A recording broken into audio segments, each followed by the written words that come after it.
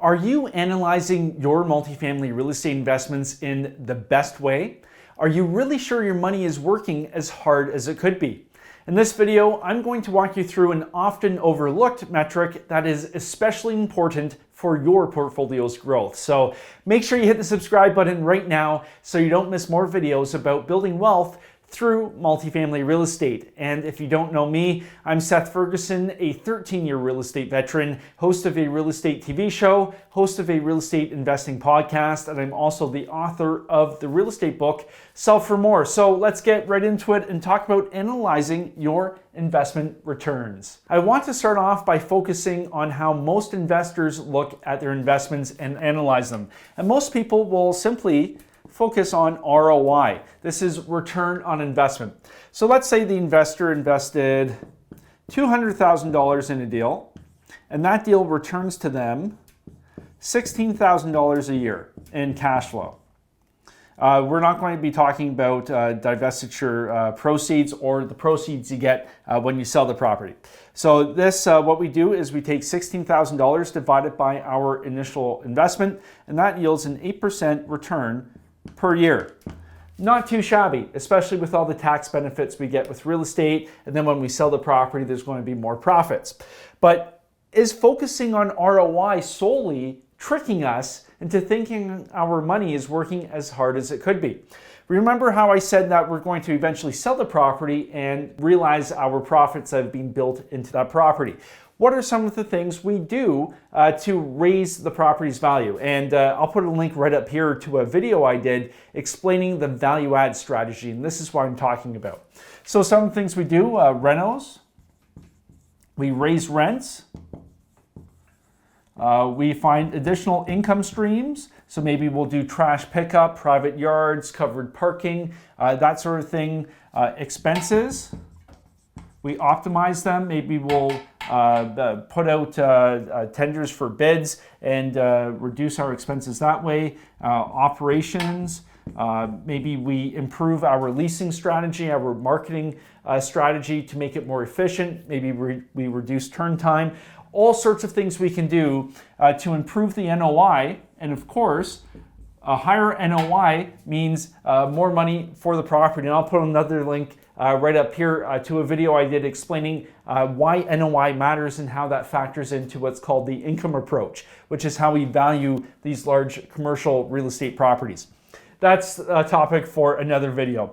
But for today, we're really focusing on making our money work as hard as possible.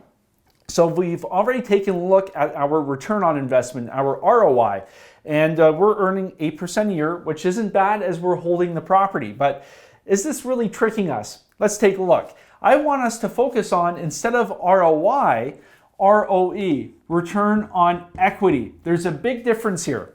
Remember how I said most investors focus on ROI exclusively? This is the key to expediting the growth of your portfolio. It's return on equity. So we have $400,000 of equity in this property now, and we're earning $16,000 a year in cash flow. What is the return on equity as opposed to the ROI? Well, we're only earning 4% a year on the equity in this property. This is what we should be looking at instead of ROI, because this is the money that's tied up now that we could be redeploying in other ways.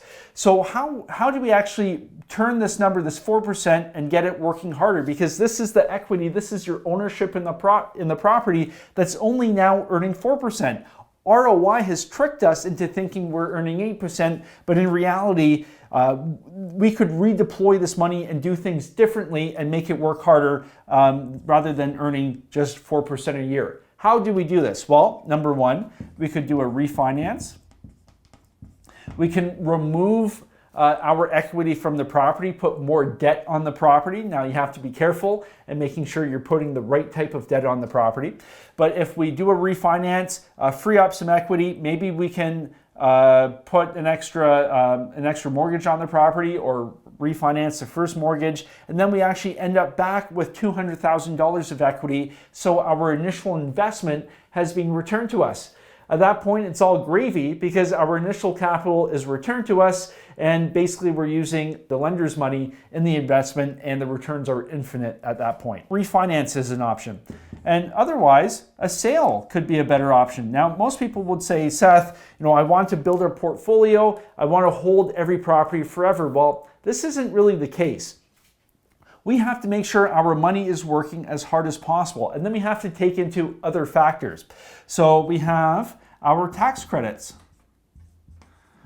We have depreciation schedules, especially with the cost segregation study where you front load the depreciation of the asset.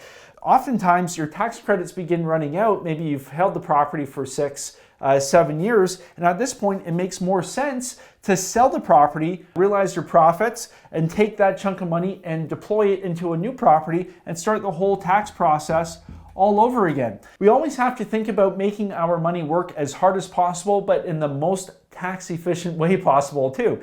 And taking advantage of depreciation and cost segregation is a perfect way to do that. So we can either refinance the property if that works out, or we can sell the property.